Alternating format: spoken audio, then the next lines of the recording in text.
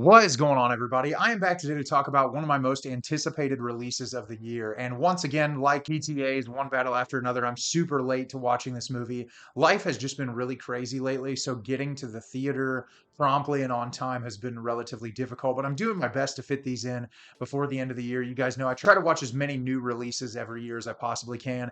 And this comes from one of my favorite directors, Yorgos Lanthimos. He is in probably my top 3 or 4 working directors currently.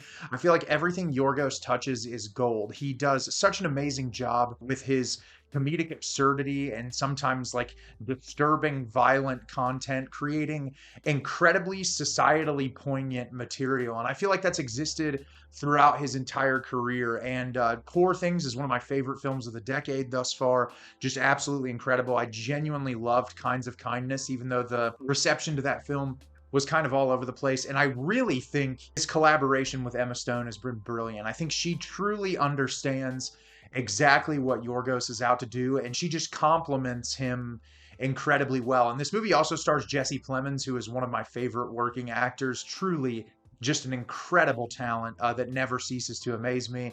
And I've been really excited to watch this, and I'm going to tell you a little bit about Bugonia today. Bugonia is directed by Yorgos Lanthimos. 2 conspiracy-obsessed young men kidnap the high-power CEO of a major company, convinced that she is an alien intent on destroying planet Earth. So I was super excited to watch this movie. Like I said, Yorgos, one of my favorite directors currently working right now. He's probably in my top 3 or 4. Just everything he releases, I'm immediately hooked to the screen.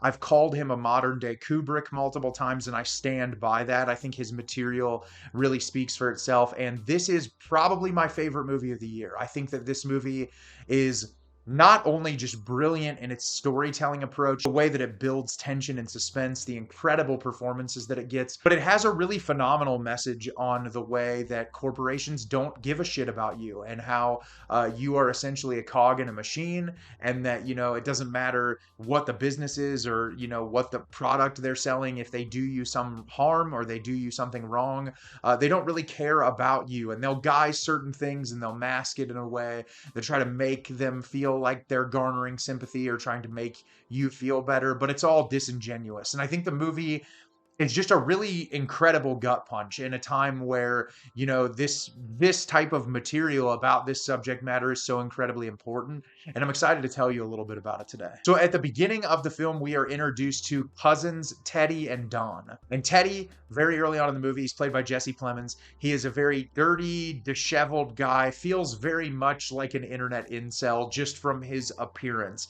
And he is a conspiracy theorist, and he believes that these corporations are evil, and one corporation in particular that is run by CEO Michelle Fuller, played by Emma Stone. And he believes completely and wholeheartedly that she is an alien from another planet and that she's been sent here to essentially destroy the human race. They're killing people off by these products that they're creating, and he completely and wholeheartedly believes that because of an experience that he had with his mother. And his cousin Don, played by Aidan Delbis, he is autistic and he's living with Teddy, and he genuinely seems to love Teddy a lot. They're all the family that each other has. We're constantly being reiterated that aside from the situation with Jesse Plemons' character's mother, that there has been tragedy there, and there's no one else. And we can see there seems to be a genuine love between these 2 characters. Teddy definitely manipulates Don, and so the 2 of them have this plan to kidnap Michelle and essentially tell her that they want to meet with the alien race in order to plead for humanity and essentially say, like, hey, quit messing with us, and that they'll be these heroes. And so the entirety of the film is them capturing Michelle, bringing her back to their house, and trying to discern, is she an alien or not?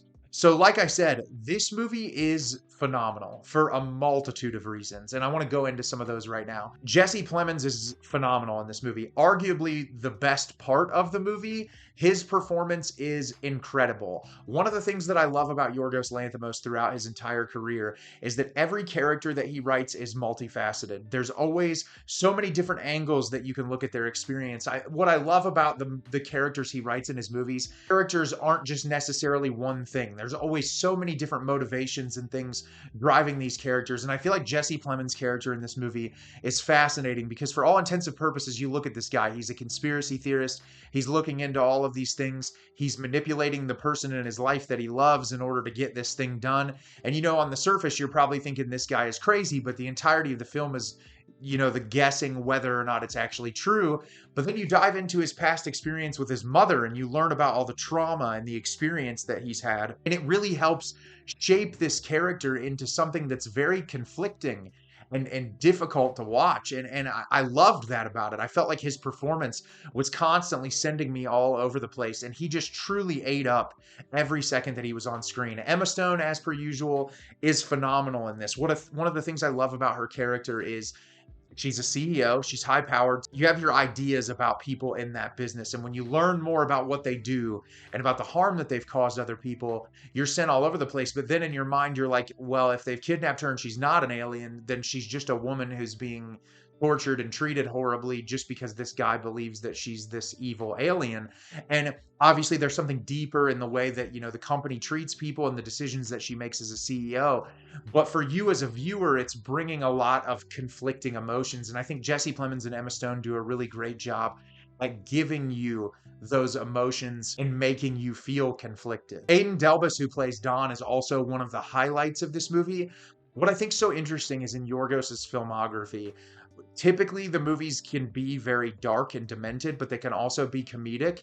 What I liked about Aidan's character is it's deeply human.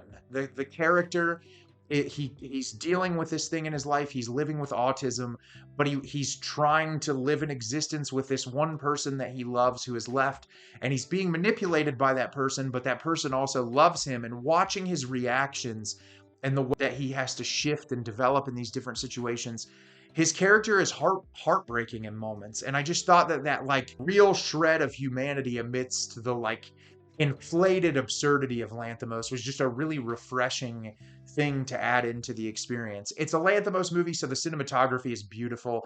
Probably one of his most beautiful looking films in his whole filmography.